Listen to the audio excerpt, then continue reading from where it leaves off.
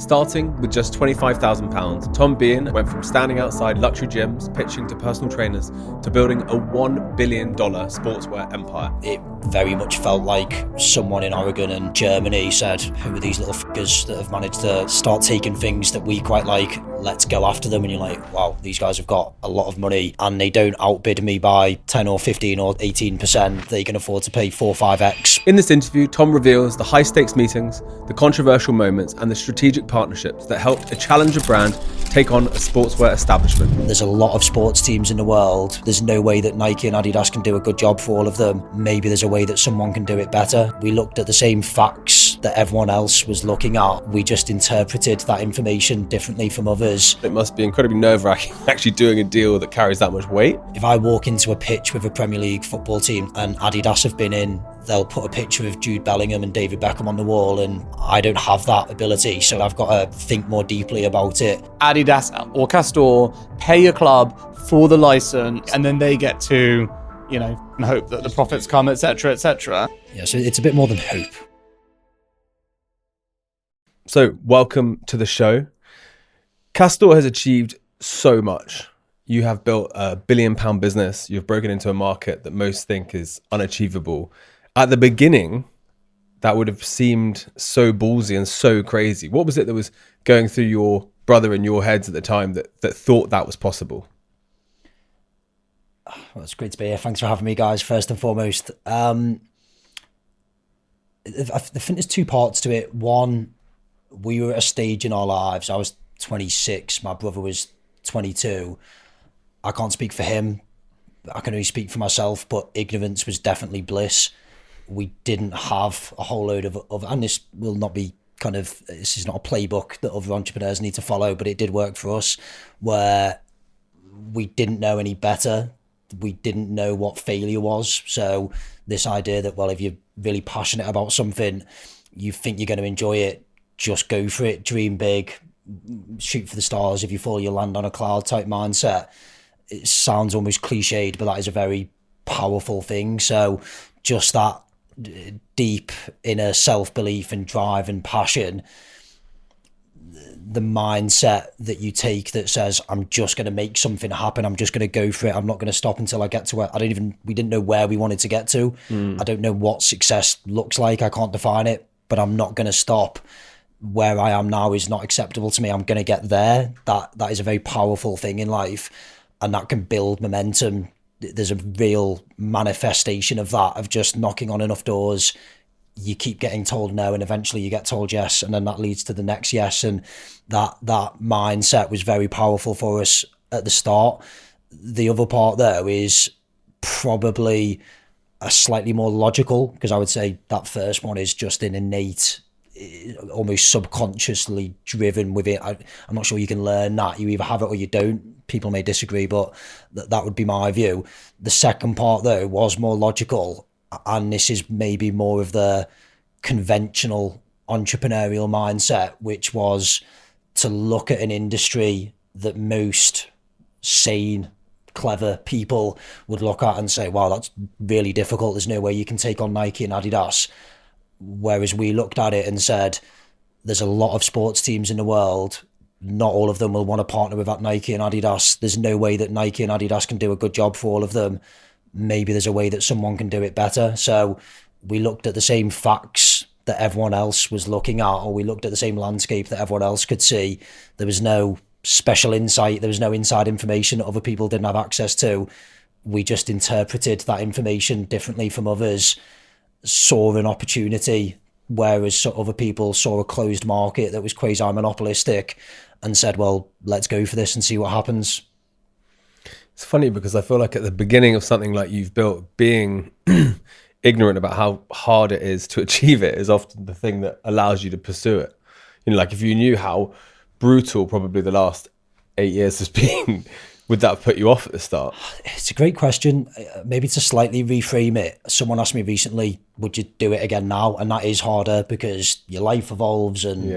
But like I say, for us, it was a very specific moment in life. We didn't have anything to lose. It was kind of reach for the stars, as I said, because where we are now doesn't work for us. So we're just going to go for it. But there is definitely an element of truth of not knowing how hard it will be, not knowing the setbacks. But I do think that is what defines entrepreneurs. I've walked to the meeting today. You walk through London and there's loads of people that will be I'm no doubt about it, far more intelligent than me. They'll work in finance, there'll be architects, there'll be doctors, there'll be lawyers. The difference between an entrepreneur and another very intelligent person is that ability not just to see the opportunity, but to act upon it and really to say, no, I'm going to go for this, whether that's because you don't know how hard it will be or not, but just that ability to act. We've all met many people who've got a great idea, don't do anything about it, got a mortgage to pay. There's a reason why entrepreneurs are in the minority. It would be, if it was easy, everyone would do it, of course, but it is that mindset of, I don't care how hard it's going to be. I'm just gonna keep going. Yeah. On that, I watched an interview recently with Jensen Huang, the CEO of NVIDIA, and they're like, "Would you do it all again?" He was like, "No fucking way, absolutely no way." I was trying to be more diplomatic, but no way. Apparently, he is like an absolute machine. Yeah, he looks like a machine. He like as well. works all hours of the day. Yeah, but still no way. Yeah. Okay, so just take me back to the first year. I'm so interested in how this all started. Where's the name Castore come from? What was the idea? Did you have to go for Division 10 clubs first? Like, how does it all start? So, is there a Division 10? Who knows? Yeah, no. There will be. I don't know what it'd be called, but yeah, they will get down there eventually. So yeah, right at the start, to answer the question directly, the name Castore comes from a story of Greek mythology. So in Greek mythology, there was two brothers, Castore and Pollux, who challenged the Greek god Zeus, which we thought was quite a good analogy for us as two brothers challenging the big guys. There you go, Nike, which is of course the Greek goddess of victory. So challenging the Nikes of the sportswear world. And because we're highly intelligent and insightful individuals, we thought, I know Castore is a better name than Pollux. Let's go for that. We've made a lot of mistakes in the last 8 years. I think we probably got that one right. I love that you're like, we're a British brand named after Greek brothers. Yeah, there you go. But I mean, to the point earlier about ignorance, we didn't know what the fuck we were doing at the start. So they had this idea. We had all of this passion and this drive. And it is funny because it's a cliche, but I am a 5 a.m. guy. I get up at 5 a.m. I always have. I suspect I probably always will. There was nothing to do at the start. No one responded to our emails. No one wanted to meet with you. We try and get factories to make us samples, and completely understandably, as we were two brothers from Merseyside with no money or industry experience or knowledge or name themselves after Greek gods. Yeah, exactly. No one replied. Yeah, I was shocked with hindsight why no one wanted to invest in us. Maybe it was because it was 5 a.m. Yeah, so that's why I just go wait until 9 a.m. and then the emails all rolled in, if only it were that easy. But again, we had all this drive and passion and just let's go knock on doors. Let's go. Like we did these partnerships with Equinox, the gym down here, and said, "Oh, can we put our product on your traders?" Just hustle like that. We don't really have it in the UK, I don't think, but hustle culture. Not everything needs to be strategic. Not everything needs to be 5-year, 10-year plan. Just make shit happen. Go and do something today that takes you a step forward versus where you were yesterday. So that was really how we got going, was just that hustle, one day at a time, one order at a time. Every customer, I would send them a personal email. I'm the co-founder, thank you so much. And it amazed me. It still amazes me to this day. Because we're a premium brand, some pretty high caliber customers and people would respond and they'd say, "Oh, it's like what you're doing." People respect hustle, people respect ambition, people respect passion, and they will want to help you and say, "Oh, that's brilliant. You work at that company. I might be looking to raise capital at some point," which we are. And just, again, the first one is a no, and then the next one's a no, but the 31st one's a yes, and then you go forward. So that was how we got started. There was no real, certainly not in-depth vision or thought at the outset to identify this opportunity in team sports. That came later. What we did have at the start was a belief that there should be a British sportswear brand that competes on the global stage.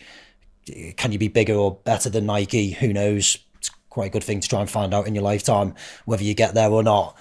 But you should be able to compete. Why is there not a British brand? We invented football and rugby and cricket. Why do we not have a British brand that competes with those global guys? So that was the vision. And we knew as part of that in order to achieve that vision, we would have to have globally recognized athletes wearing our products, but we hadn't really thought any further than that, certainly to the level that, oh, I know we can unlock this opportunity to partner with Premier League football teams or Formula One teams. That came a few years later. Because you did build a £1 billion business brand like off partnerships ultimately. So what was the one that really made the difference for you? Rangers Football Club was the transformational partnership, I would say. Is that because of an iconic fan base? Globally recognized club and brand, genuinely global fan base. So a lot of clubs think they have a global fan base. There's not that many that do. Every Formula One team has a global fan base because they race all over the world. So by definition, they have fans all over the world. That isn't true in football. People might watch the Premier League in Taiwan and Vietnam and Cambodia and Mexico, but they tend to support quite a small handful of teams. Rangers is one that people know all over the world. So that was a big part of it. But actually, the way that happened, it kind of started 2 years earlier, where in 2020, COVID happened. We were a e-commerce led digital first sportswear brand selling a product via the internet when everyone could only shop online, and selling a product when the only time people were allowed to leave their homes was to do exercise. So if you couldn't be successful in that period, you probably didn't deserve to be in business. So we kind of revenue went like that during that period. And it's probably something that every entrepreneur in the journey, you come up against this question of, oh wow, what I'm doing works. I had this idea, I've willed it into existence. People are now exchanging their hard-earned cash for my product. What do I do? Do I want to have a nice life and start to leave the office early on a Friday to go and play golf? Or do I want to double down and really take this thing to the next level? It was a pretty short conversation for us when we had that debate. And then when we said, well, how do we take this to the next level? It was at that point during COVID. We'd started to think about it before, but that was when the opportunity to partner with teams really came up, because Nike and Adidas had other things to worry about and focus on, and therefore weren't prioritizing teams as a category. And any team that they were prioritizing was what we call tier zero, the very, very best in the market, the Real Madrids, Barcelonas, Paris Saint-Germain's of this world, which meant there was a huge segment of the market that was overlooked. And whenever you get a segment of any market that's overlooked, there's usually an opportunity for value creation. So, but how did you know? As in, I know it's obvious. Yeah. But how do you? Yeah, but like. As in, like, how did you know? Yeah. How do you know to do that? How do you know to move into this partnership model, to reach out to teams? Because that's like, yes, insightful, but it's a big hunch too. It didn't feel like a hunch, to be honest. Like we'd spent, I am a failed footballer, so I've spent my life in that world, and I was never very good at football, so I didn't play for the top team. So as a player, you got treated like a second-class citizen. Right. And again, although I wasn't thinking about it in that kind of way, it would have been more subconscious at the time.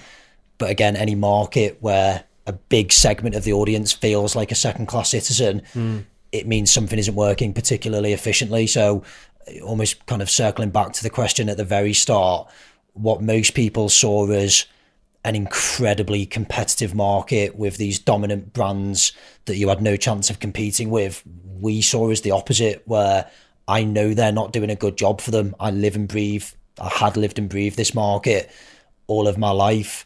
It wasn't difficult to verify or validate that idea, because you go and speak to any commercial director or CEO at a football club, and you would get that feedback that, oh yeah, we've been with Nike for X years, but we know that they care more about that team than us, and they do bespoke products for that team, which they don't do for us. And they've got stores in America, but they don't put us in there. So there was these kind of consistent pain points. Again, you didn't need to be a Harvard MBA to work out that, okay, consistent pain points, try and work out a way of fixing those pain points. Maybe I'm going to have something that people are interested in. And again, because it was COVID, the world was an abnormal place. And it was kind of a perfect place for entrepreneurs that wanted to make bold decisions at a time when most people were playing it safe. So Andy Murray is one of our best athletes ever. He's one of my favorite athletes ever. Why would he choose at the time to go with a relatively unknown startup brand than presumably he would have the pick of the bunch? Presumably he could do the best deals ever with anyone. So what made that happen?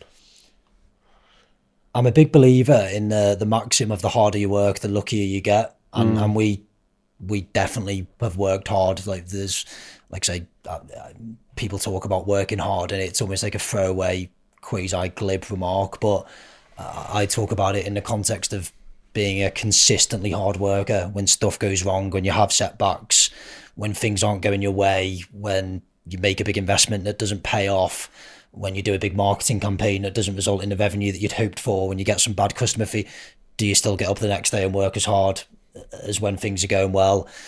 And when you do that consistently over a period of years, it's funny how the world seems to reward you for it. Most people don't get 3 years down the line of doing that hard work consistently enough to get the rewards. They'll give up earlier in the journey and say, oh, this isn't working, or it's not worth working hard, you don't get rewarded for it, what's the point? Particularly in this social media generation that we live in, where it's easy to see kind of false or shallow success. It's really hard for people to buy into the concept of delayed gratification, but that's exactly what it was with Andy. So managing international money used to drive me crazy until I found Wise Business, the account for doing business in other currencies. I can hold money in different currencies and only convert when the rates are good.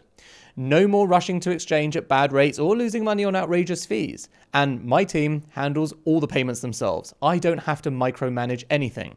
They have their own logins, set their own limits, and I just keep an eye on things from my phone.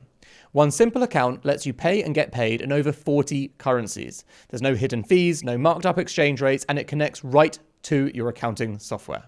Whether you're paying vendors or suppliers in Europe or you're getting paid from Australia, it's all just easy. And that's what I love about Wise. It just takes this complicated thing and it makes it really simple. Your money's always secure with 24/7 protection, and you can see exactly where everything is in real time. To learn more about how you can use Wise Business to save time, money, and stress, visit wise.com/business. We'd said, and this was before we started doing teams, because for teams it's operationally very complex. People think it's just the players on the pitch that you have to kit out. There's a whole squad, there's an academy, there's a charity organisation that you'll support, there's a wider grassroots network that you have to provide kit for, there's a whole non-playing staff. Like, these things are operationally very complex, which is why there's very high barriers to entry, which I like. Hopefully it makes my business more valuable. But you don't have that with athletes. So you'll get people like Lacoste and Uniqlo and other brands. There's more participants, there's more competition. So you're right, someone like Andy would have his pick of the brands. We'd worked out that we wanted to put our brand on a top athlete, and we didn't have the money that most other people had. We didn't have the balance sheet. So we would gift Castore product to all of the people around the athlete. So the coach, the masseur, the physio, the nutritionist, these top athletes have got teams around them. The agent, we'd gift Castore product to all of the people around them, take the time to find out their sizes, send them products, send them a personal note. We're a British brand, we're ambitious, all this stuff, just try and get the brand in front of them. And when Castore was being worn by all of these people around Andy consistently, it was almost like, oh, what's that brand? I keep seeing it. Like, I've never heard of them, but I keep seeing this brand. I was like, oh yeah, I got certain stuff. It's this British brand. Oh, it's quite a nice fabric. And through that, we got invited to meet him. I'll never forget it. It's one of those things, sliding door moments in your life. I don't know if they set it up as like a negotiation tactic, but if they did, it worked. They invited me down to Wimbledon, and there's this room that only the champions, you have to be a champion of Wimbledon to be allowed in it. And they've got the Wimbledon trophy there and these portraits of all the past winners. And I'm sat there like literally shaking, never met Andy Murray before, Sir Andy Murray. And then he comes out and we just had a chat. Like, there was no talk about sponsorship. So, tell me how you started the business. And we just connected. I don't want to speak for Andy. Maybe it was one way entirely, but we just connected on a human level. We'll get him on the show. Yeah. The fucking guy talked at me for so long. I had no choice. He just kept speaking, and eventually we had to do a deal with him. But we just got on a human level. We connected, and again, it sport is business. We all know that.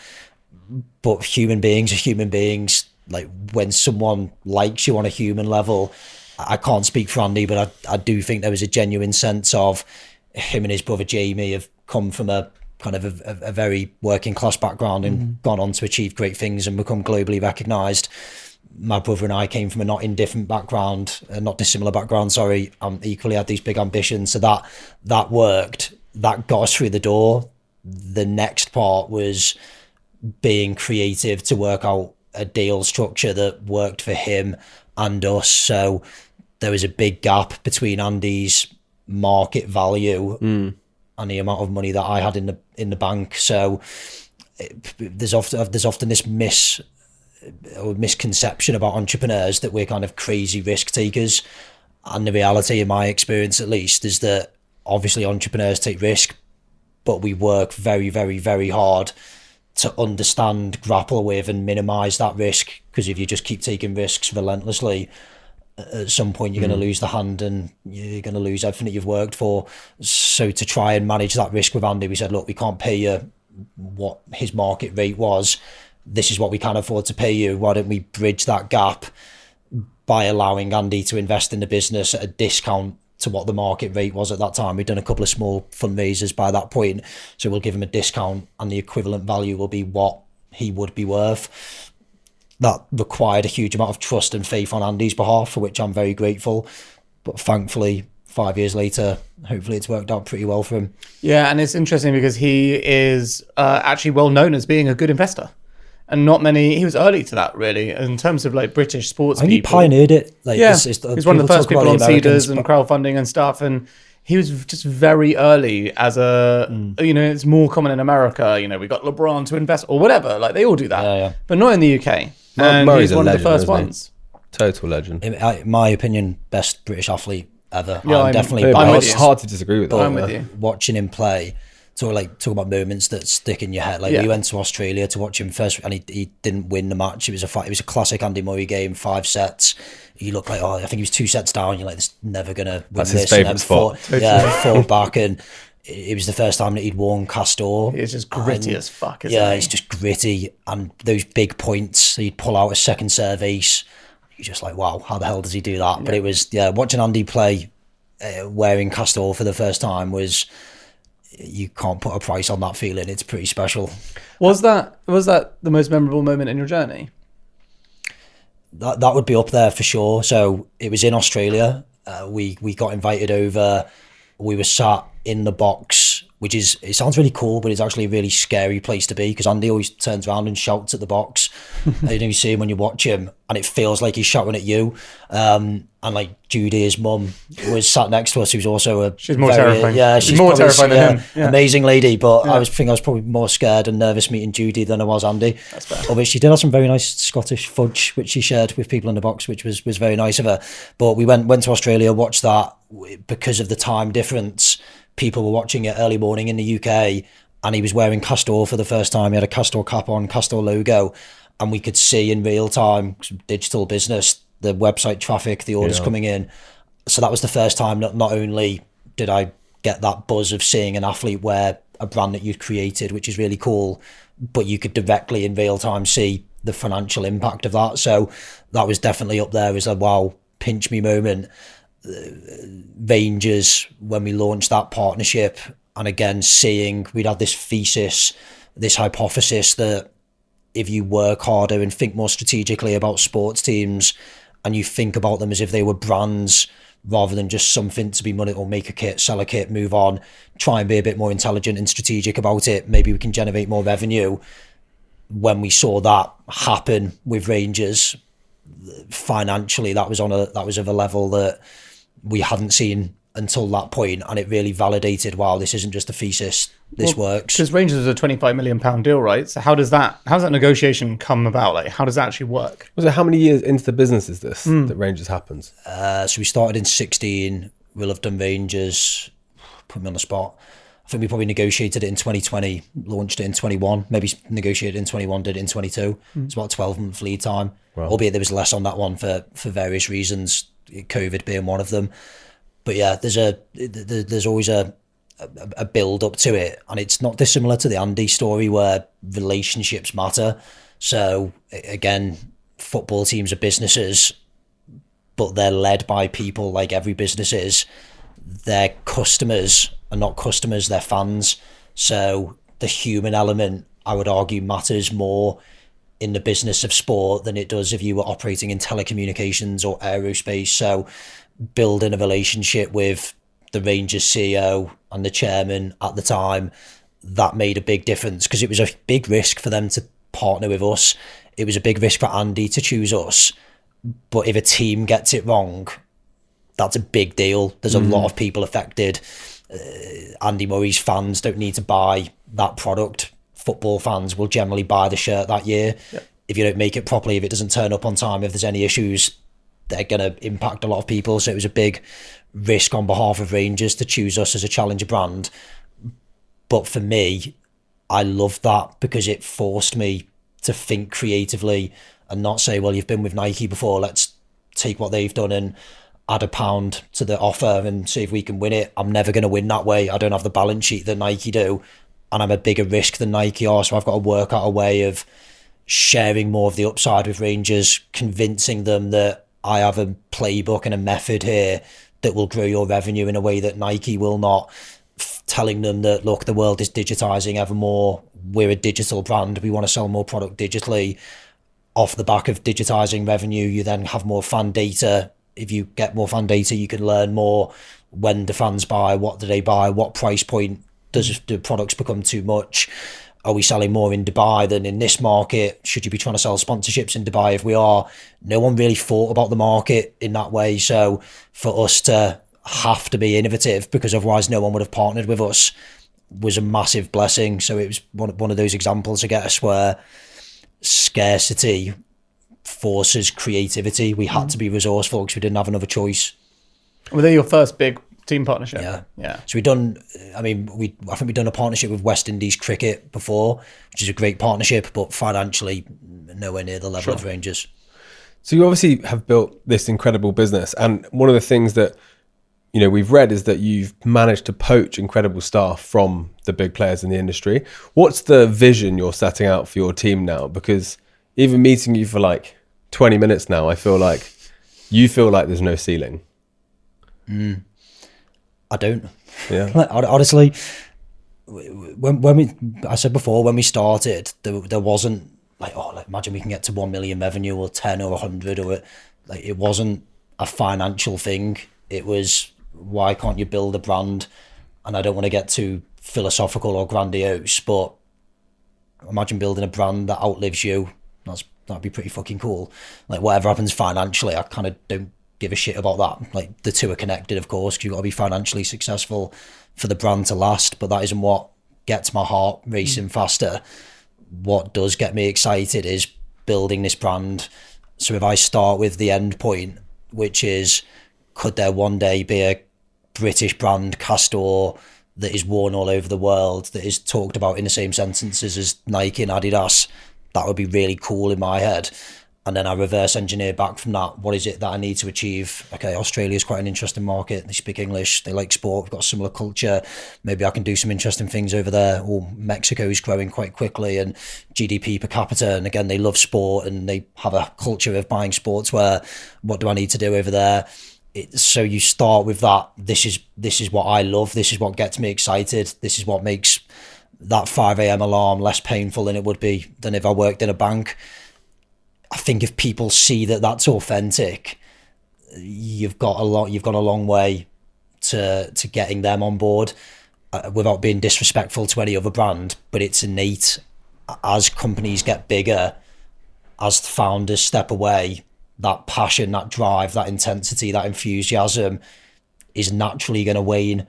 So that is, as far as I'm concerned, that's a superpower. Like, a founder, as I said, you're not necessarily more intelligent than anyone else, but you should be more passionate. You should care more. You should be more enthusiastic about making the business better every day.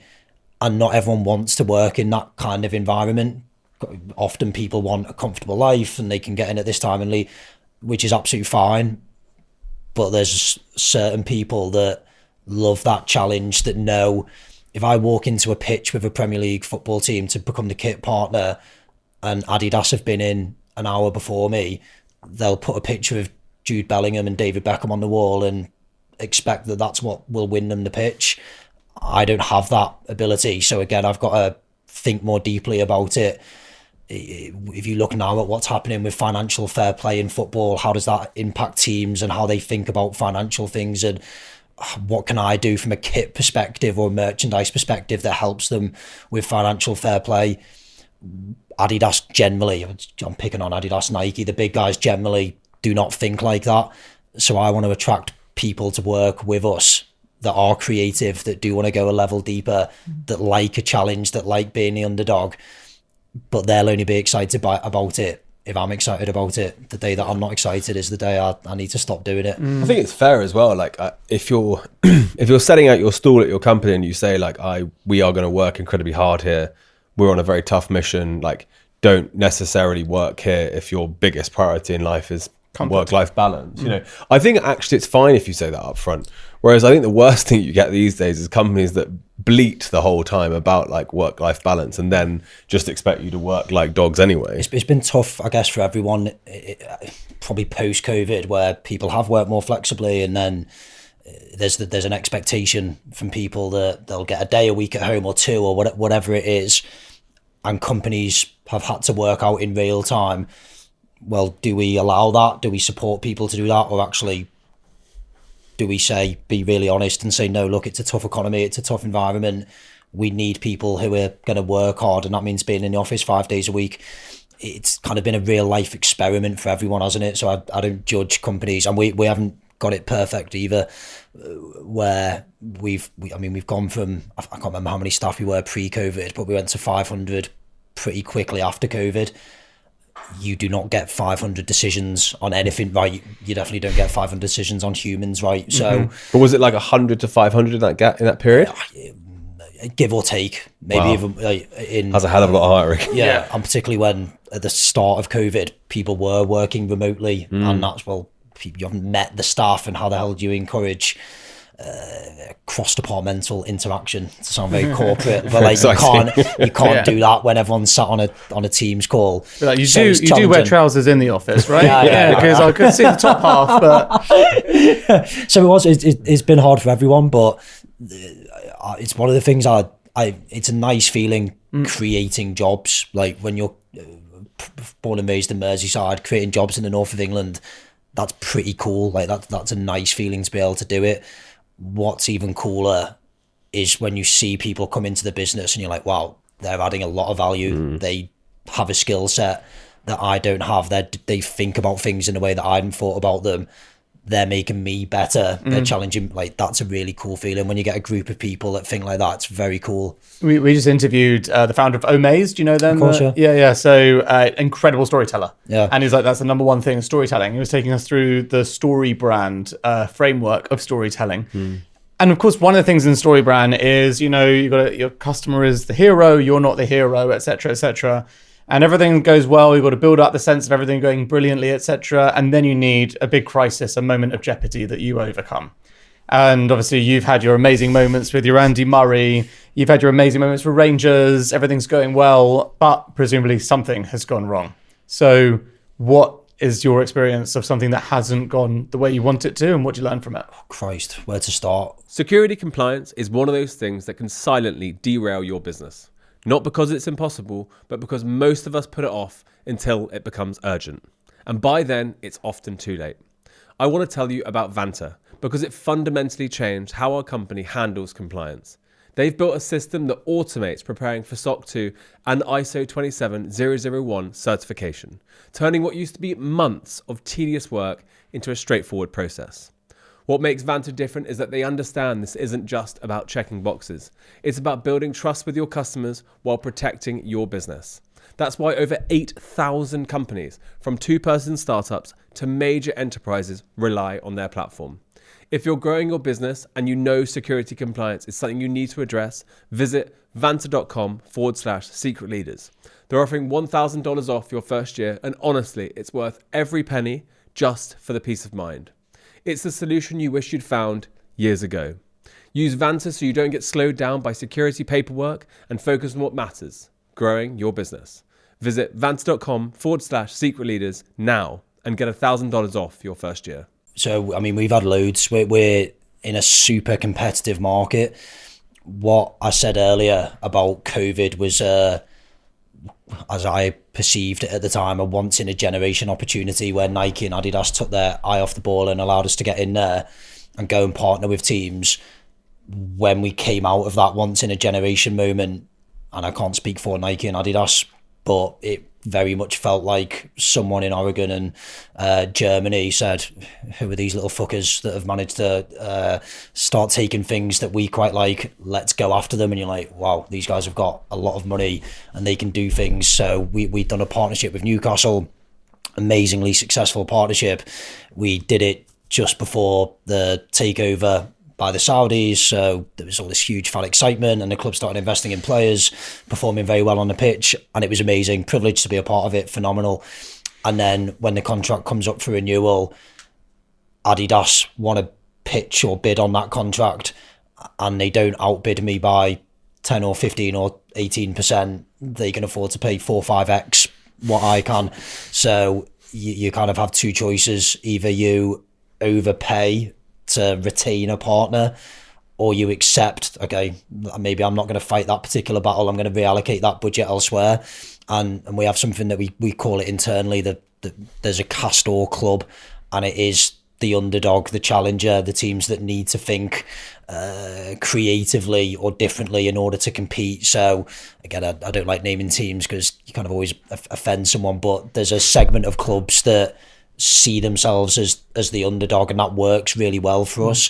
We did a partnership with Bayer Leverkusen in Germany way before anyone thought they had any chance of being successful. I'm not saying that we're kind of visionaries that can see into the future, but when you understand bloody sport, well there, didn't you? That one's worked out relatively well. Yeah. But other brands, bigger brands, again, saw the same facts that we did. We just interpreted them differently. So it's almost, although it's sport and by its nature it's very fluid and you can never predict results perfectly, of course, but it is kind of like being a hedge fund manager and you say, okay, that stock's undervalued. Look at the infrastructure, like Everton at the moment are a partner of ours. Amazing. You not been wanting to ask you an Everton or Liverpool fan? Tranmere Rovers, so I'm over the water. Really? The Fair mighty, Fair play. Flying high in League Two. How's your partnership with Tranmere Rovers at the going? moment? Work in progress. Never say never. They're working on the global fan base at Tranmere Rovers.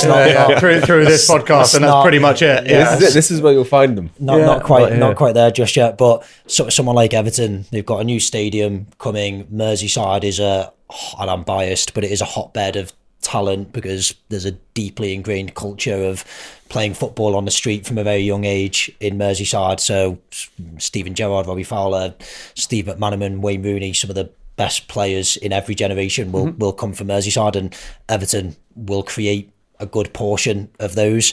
And then I think it's been announced today, in fact, new owner comes in to take over the club. So you look at these facts and say, well, okay, maybe they're at this level now, but is there the chance that they're going to compete at a higher level going forward? It will take a view on those things. We think more creatively, just like a hedge fund manager would on when they're choosing a stock. That gives us a differential versus the bigger brands that just don't look at the depth of data, won't analyze these things in the way that we do. Really interesting. Yeah. I've got a question for you from a completely selfish point of view. So you were at Red Bull Racing. I'm currently in the process of working with Red Bull Racing.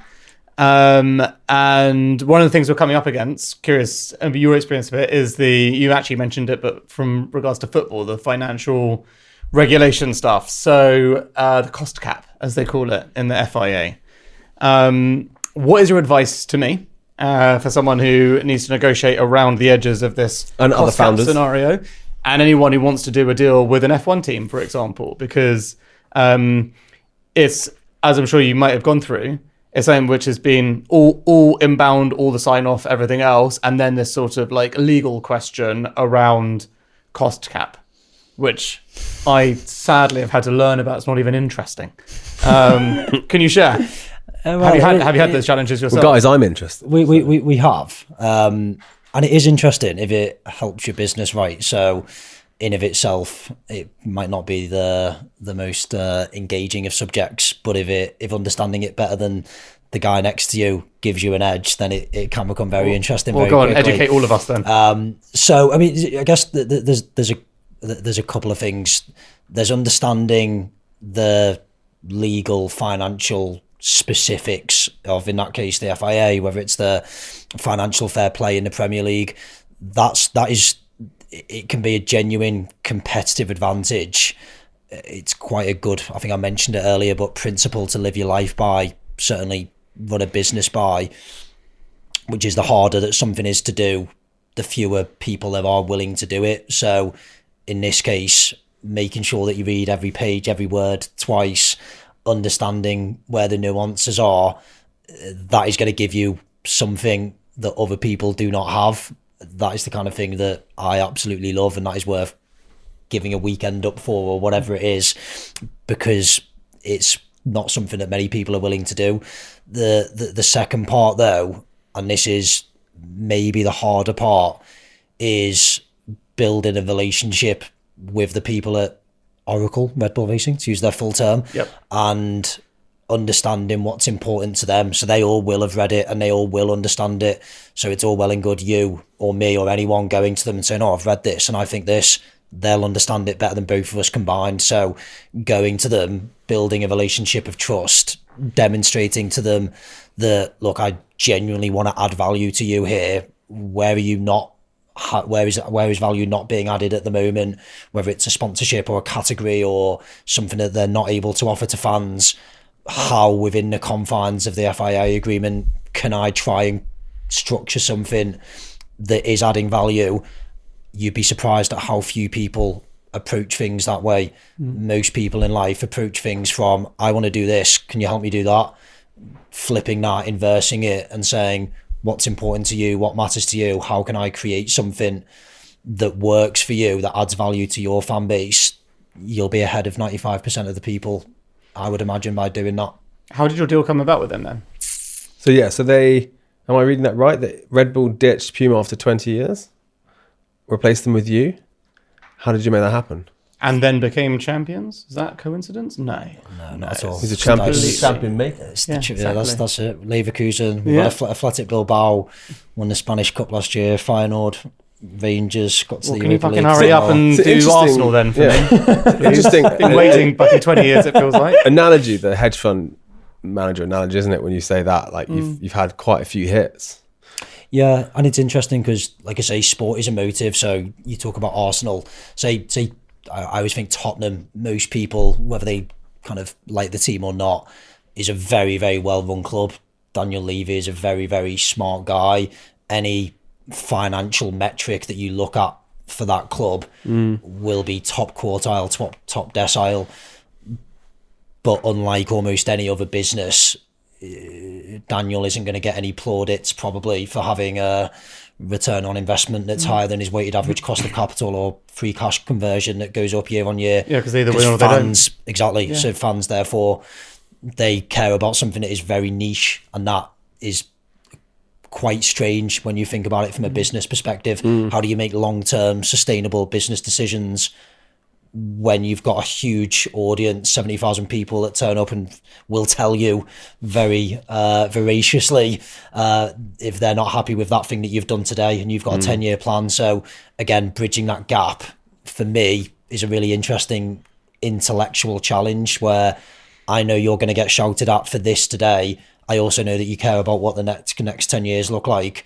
How can I do something that tries to help connect those two things for you? So when I go and speak to a Feyenoord or a Bilbao or a Leverkusen, I don't think there's many people in the market that have the same types of conversations as we do about them. So yeah, that the picking the winners, I don't know if that's gonna, I mean, my favourite one is England cricket, because they've started playing this baseball philosophy and they smash the ball all over the park, and in my biased opinion, it's the most exciting brand of cricket in my lifetime, and it just happens to have perfectly coincided with Castore partnering with them.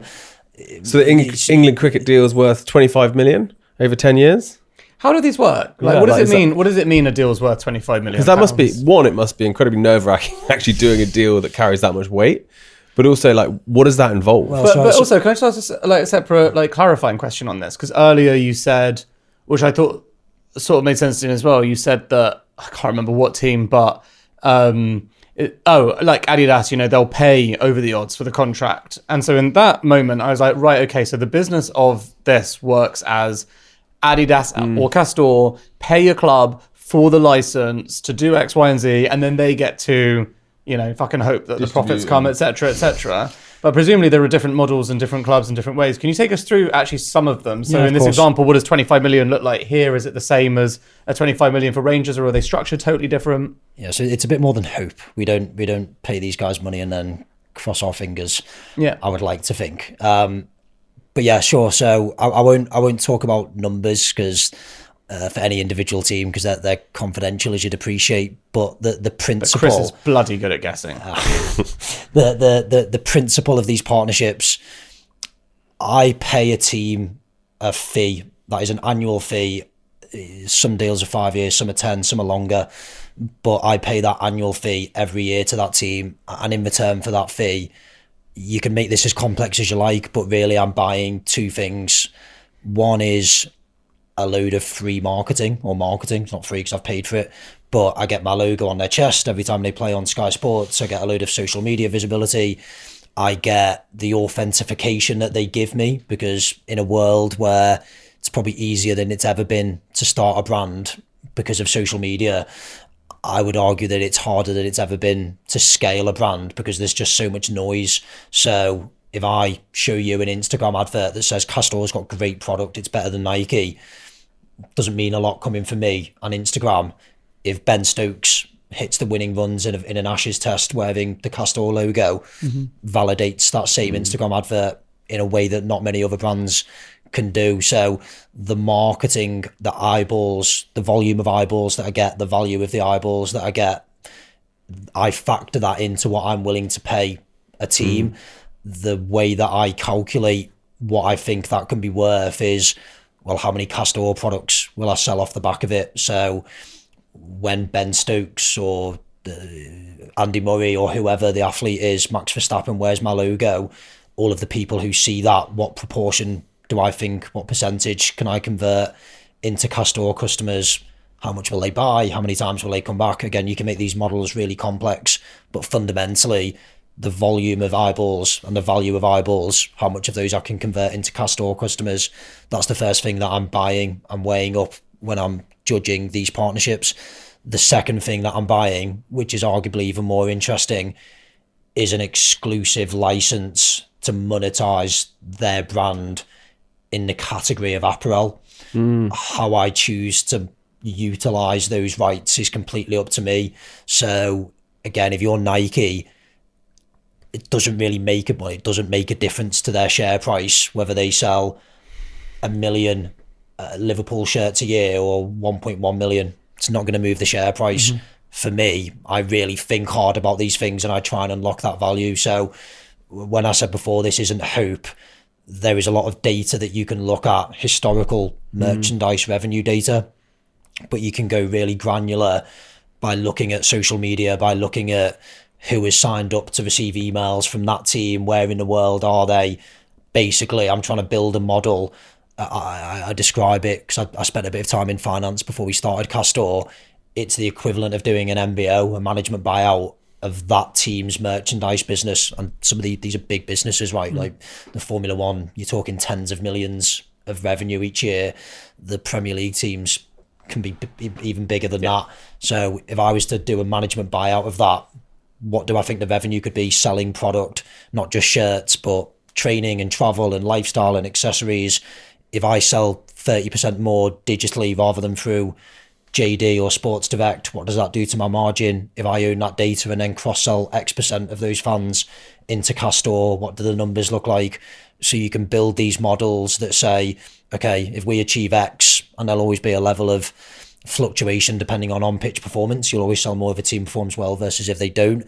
But generally, you can model these things quite accurately that say how many people will become Castore customers through watching this team wear my product, and then how many Everton, Bayer Leverkusen, Feyenoord, Athletic Bilbao, Rangers shirts am I going to sell each year? That isn't a hope. There's a lot of data that goes into that.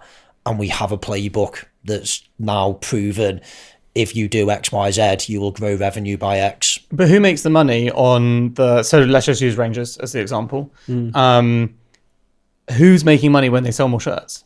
Both. So that's that part of the business is done on a partnership model? So I can't speak for anyone else. I don't know what other brands do. I know that before Castore came into the market, the lion's share of benefit from a shirt being sold lay with the brand. So Nike would pay a big fee to Liverpool or Paris Saint-Germain or Barcelona and then say, well, if you go and sign Lionel Messi, we're going to get the benefit from that because we've written you this big check. And again, I can't speak for clubs. People may disagree, but my perception was clubs would say, okay, fine, we need the upfront cash, so therefore you can take the benefit from us signing Lionel Messi or Neymar.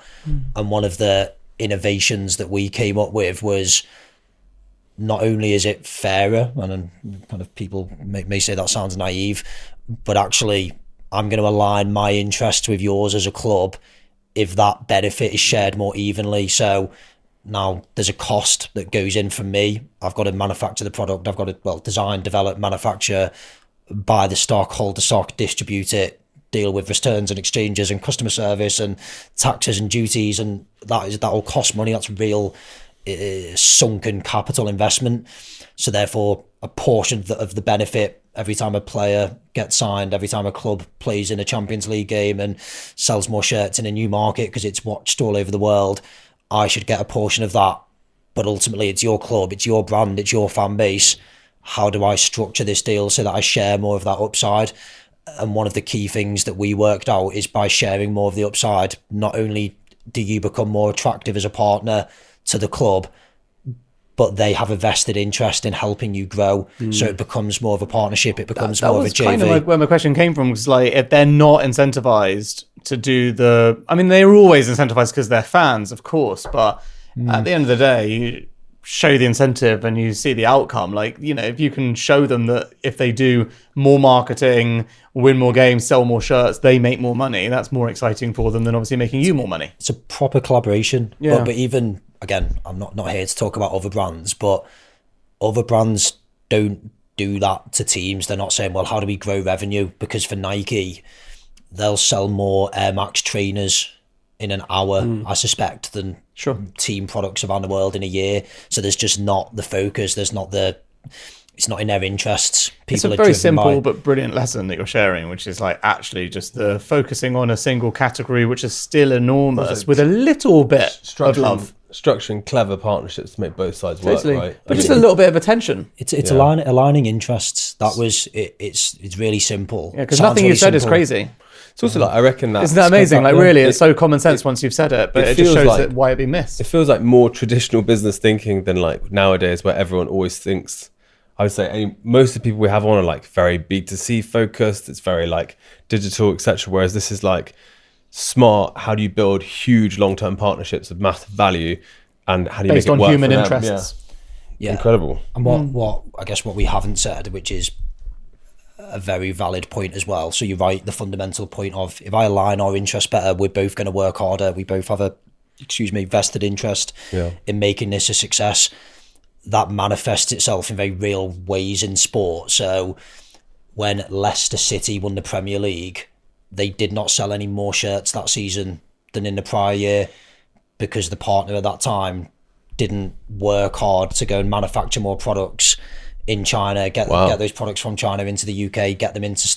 That is physically hard work. That takes planning and collaboration. And whereas when Bayer Leverkusen won the league, Bundesliga last season, I think we relaunched the shirt 5 times because it's collaborative, because we're digital, because it matters to me to sell an extra 50,000 jerseys matters to me in a way it doesn't to Adidas. But if you align your interests, quite powerful things can happen. And it matters to them. I mean, what a shame. He's saying that about Leicester City. I mean, what a missed opportunity. It's crazy. It's like a once in a lifetime thing, and they will have got more global customers, and those fans do generally stick. And if you have a shirt and you pass it on to your kid and all of this stuff, it's a real missed opportunity. Of course it is. And again, people don't like talking about it this way because it is...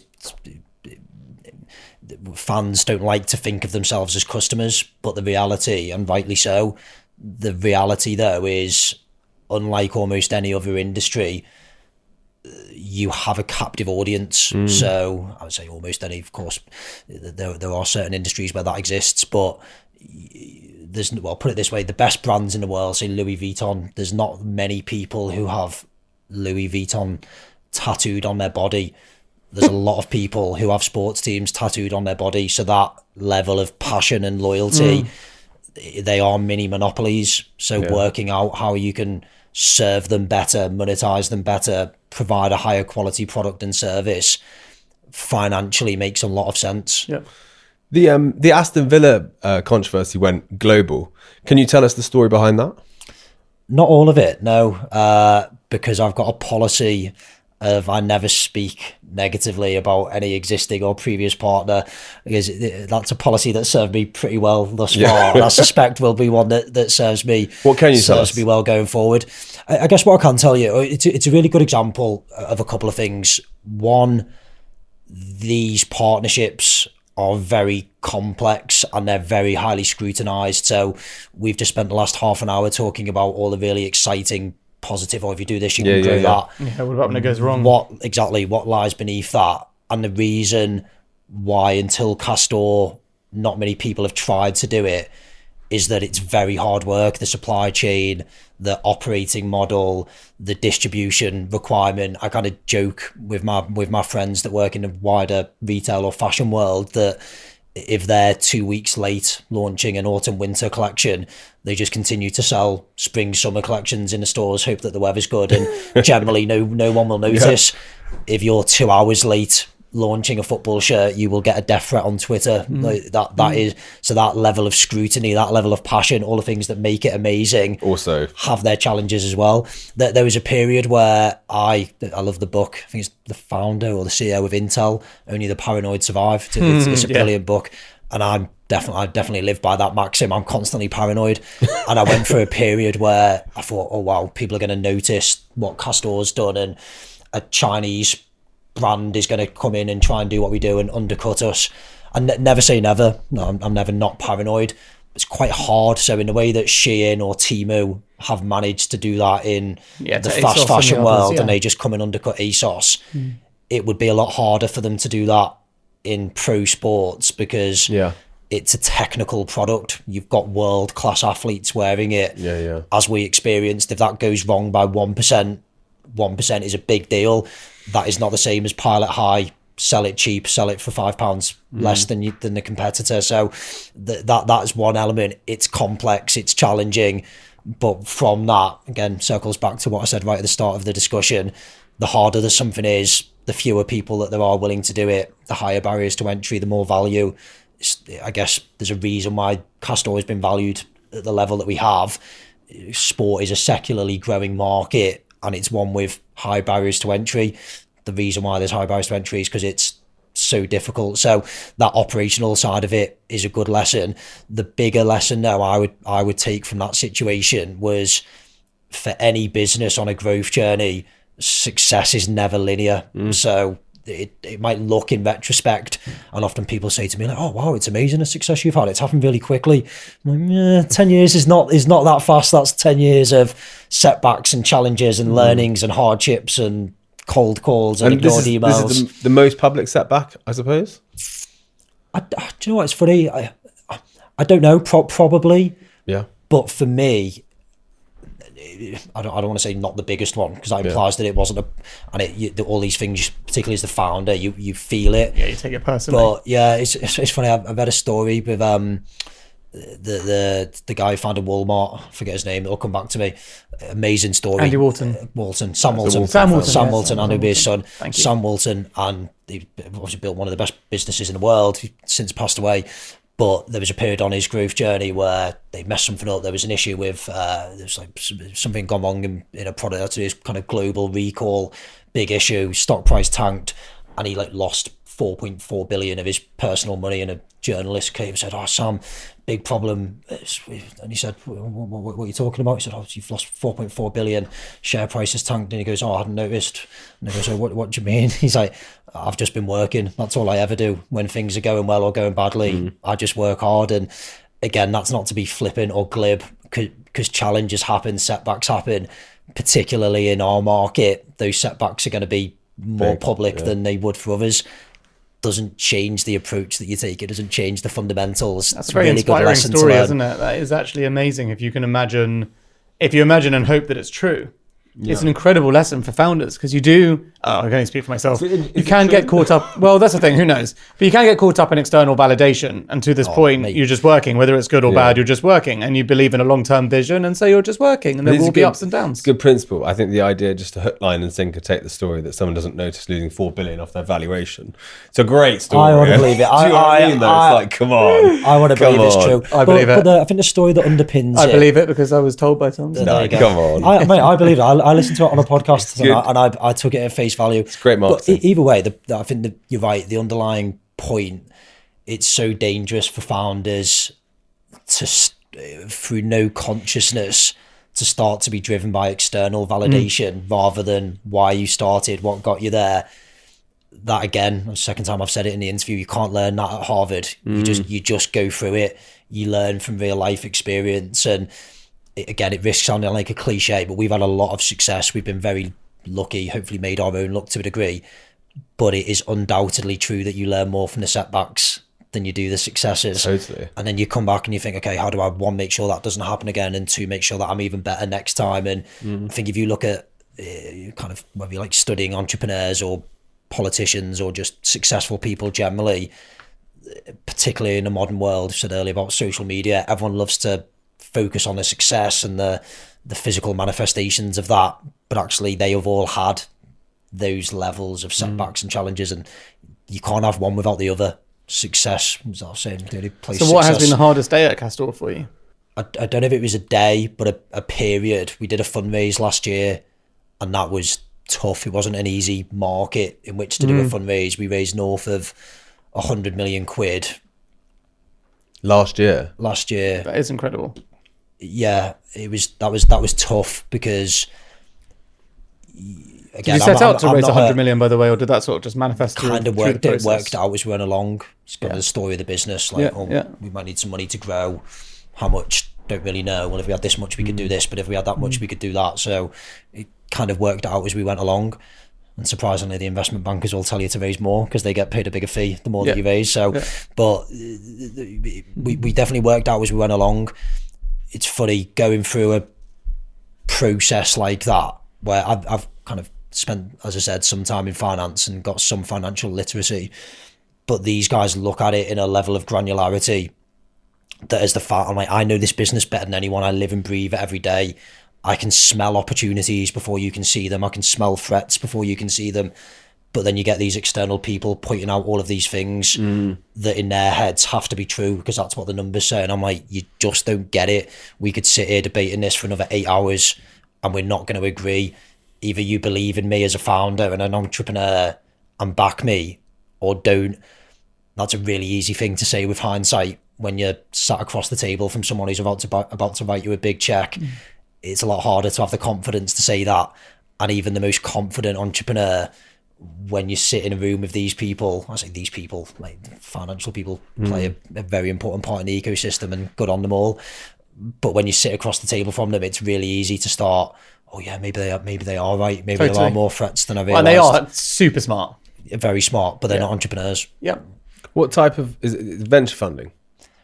Growth. So that's right, yeah. I guess in my head at least, you've got venture, which is more startup. You've got PE, which is let's leverage it up, get loads of debt, going to cut costs and then sell it in 3 years. And then growth is kind of somewhere in between where they're going to need an exit. So there's going to be another event in X period, 4 years, 5 years, whatever it is. But they hopefully take a slightly longer term view than traditional PE who want to do everything super quickly. What was the valuation officially? Just less than the magic round number. As in just under $1 billion, but $1 billion. Yeah, it's That's like every founder thing, isn't it? Totally. Like all the UK founders report that valuations in dollars. Well, totally, Yeah, because 'cause- fuck you giving just short of £1 billion. No, but it's so again. You're an American unicorn, honey. I It's fine. can't. I can't speak for anyone else, but I genuinely, hand on heart, can look you in the eye and say this. I didn't think about the valuation at the time, and I've not thought about it since. What mattered to me, genuinely, I know it sounds like a line, but it's not. Sounds like Sam Walton. He's got his bullshit detector on. Yeah, there you go. And I've got my completely convinced. It doesn't affect me. Like, I'm not selling the bit. Like, one day it will. One day maybe you sell it, but I'm not selling the business. So what mattered was the amount of the quantum of capital that I can raise, because that isn't a quantum. That's sure. real money that I'm going to be able to invest. And if it was X, I could do this, and if it was Y, I could do that. So the quantum mattered, and then the people that you raise that money from matter, because you have a deep and genuine ongoing relationship with them. And we spoke about it briefly before. When things are going well, life is great, and having these points, going to board meetings, and it's like, what are we doing next, and how exciting, and we go into this market, or we launch that product category, or whatever it is. But it's, you find out, like anything in life, particularly with institutional investors, you'll find out what they're really like when times are a bit tough and you're not on budget, and how do you find solutions, not problems. And you need them to not get in your way. Correct. And they'll all say the right things at the start, but it's only after the fact that you find out who is true to their word or not. Have you found that doing evaluation at being a company worth that much money in the UK has really helped you with negotiation with teams? In a funny way, I don't want to say harder, but everyone thinks you've got loads of money. So whether that's your staff, You're like whether less that's nimble, teams, like it's more just, you've got loads of money, and they presume that it's all sat in your bank account ready to spend on them. So yes and no is Just the like answer a to perfect that. 100 mil. Yeah, Just sitting exactly. there. Please give us that. So yes and no. Yeah, Again, as long as you can rationalise what it is that you're offering and why, you can normally circumnavigate that. The bigger thing was, as soon as we did that deal and it was a big number and it was announced publicly, as I alluded to earlier, I think we went onto the radar of the big guys for the first time, and it was like, okay, these guys were an upstart, they were a challenger. Now they're real. Yeah, now they're real. I mean, they've got real people investing in them. Let's not let them grow. So that's been I love it. I love the challenge. I love the competitiveness. Where you're making a difference if Nike know who you are. Well, thinking about Nike and Adidas. So sportswear market is worth 550 billion. Does that feel about right to you? Give or take. Like, is the plan to effectively take their lunch? Is the plan to, create new value elsewhere? Is the plan to go direct at them now? I don't think of it in those terms. So I don't think you need to go direct at anyone. This is a huge market. It's the total applicable market, as you said, hundreds of billions. But even to my mind, at least, even more excitingly, the secular growth of it. So you talk about health and fitness, nutrition. People are caring ever more about their health and fitness. The pie is growing for everyone. So the idea that you wake up and say, I'm going to kill that guy and that's how I'm going to win, I think that'd be particularly healthy, but it's not needed. What you can do in a land of giants, in a David v Goliath scenario, is say, okay, well, what are they doing? Where is their strategy? Where are they going? I'm going to think about areas that they're overlooking. They're so big, they can't do everything well. No matter how aggressive Nike and Adidas are in this market, team sports where there's going to be stuff that they don't do really well. Say paddle as a sport at the moment, fastest growing sport in the world. All these people are they sat there thinking, are they agile enough to move as quickly as me? Probably not, I would say. So let's go and be really aggressive in areas that we think they're not focusing on. If you do that, you're going to create a lot of value. And like I say, just like I didn't really think about the valuation last time, I don't get myself stressed out about, well, if we do that, we could get to 3 billion. I want to build a great brand, and it's already worked out a hell of a lot better than I ever could have imagined. Let's see where it takes us. It's a philosophy that's worked out pretty well so far. So then, speaking with the end in mind, like for you, when do you think an exit is right? What do you think that kind of looks like Or for do a you company even like think about yourself? Well, I think you've got the book there from Phil Knight, Shoe Dog, founder of Nike. Phil Knight took Nike through IPO and stayed on as CEO for decades after that event. Yeah. Kevin Plank at Under Armour was similar. Adidas back in the day was leading that business for a long time. So there is precedent for this. And I mean, we've got a tech component to our business. We're not a pure play tech, but you look at any of the tech businesses, the founders are generally leading those businesses for a long time. And I think you alluded to it earlier. There are decisions that you can make as a founder that you don't have the right to make as a manager or CEO. You can be far Sorry, that more right was long-term. not reading your emails, mate. So there's probably more value add benefits as well. Yeah. You can think longer term. I always think of Take the bigger example. risks. Exactly, take bigger risks. Mark Zuckerberg at Meta. Yeah, it's the founder and who mode knows thing. if his sunglasses AI is going to pay off, but he's invested billions in it. And I would not bet against that guy. Anyone who's bet against him generally hasn't kept their money. But would a managerial CEO make that same investment? There's no way they would. No way. So no, I don't have the same balance sheet that Zuckerberg does, but I can have the same mindset and philosophy and say, I really believe in this. No one else is focusing on this team, this sport, this market, this product, this geography. I'm going to do that better than anyone. And I'm going to invest to make it successful. A financial person wouldn't necessarily take the same view. So that's the way I think of it, is that, well, I've got a long-term mindset. I'm 35. I genuinely can't imagine doing anything that would make me more excited when I get out of bed in the morning. So why would I try and maximize value for the next 5 years? Because all I'm going to be doing is making someone else rich, because I'm not going to sell in the next 5 years. And it does take decades to build a great brand, and you've course it done a does. fucking amazing job in 1 decade. But it's only the first one. Exactly. Well, look, thank you so much for coming on the show. Really appreciate the conversation, and I hope a lot of people take from it that partnerships is clearly something that I feel like people are just so unindexed on these days. Yeah, it's a true masterclass. Tom, thank you so much. Thanks for having me, guys. Cheers.